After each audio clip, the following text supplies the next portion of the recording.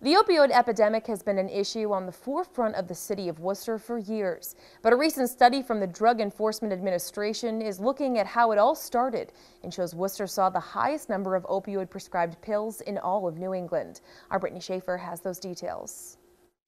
In the years leading up to the opioid epidemic, Worcester saw the highest number of opioid prescriptions in New England. A study from the Drug Enforcement Administration reveals 49 million opioids were distributed to Worcester pharmacies from 2006 to 2012. Worcester was one of the few cities when we looked at the trends about increase in opioid deaths. The statewide was down, but Worcester was up.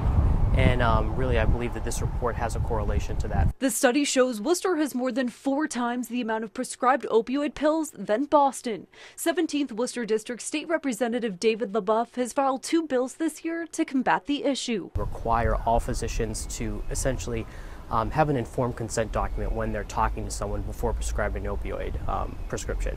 That would mean talking about interactions with other substances like alcohol, any type of substances related to if someone has a psychiatric drug or any other type of painkiller, and also offering alternatives. Another bill that I have about medical insurance for medical marijuana. Counseling and Assessment Clinic of Worcester offers mental health treatment, including substance addiction recovery. Assistant Director Bridget Hilton says she isn't surprised by the study based on the amount of work they do in the community. This year we've had more clients than we've had in past years, so I think that is a sign that A, there's more awareness about these issues, but B, that the crisis, the tide hasn't turned yet on the crisis. It can be very debilitating. I mean, there are people who have opioid addictions and are able to function to somewhat normal degree in society, and then there's people for whom it is completely debilitating. LaBeouf says the epidemic needs to be a top priority. It's something that is at the core of a lot of the issues that we're seeing, whether it's childhood removals from homes, the addiction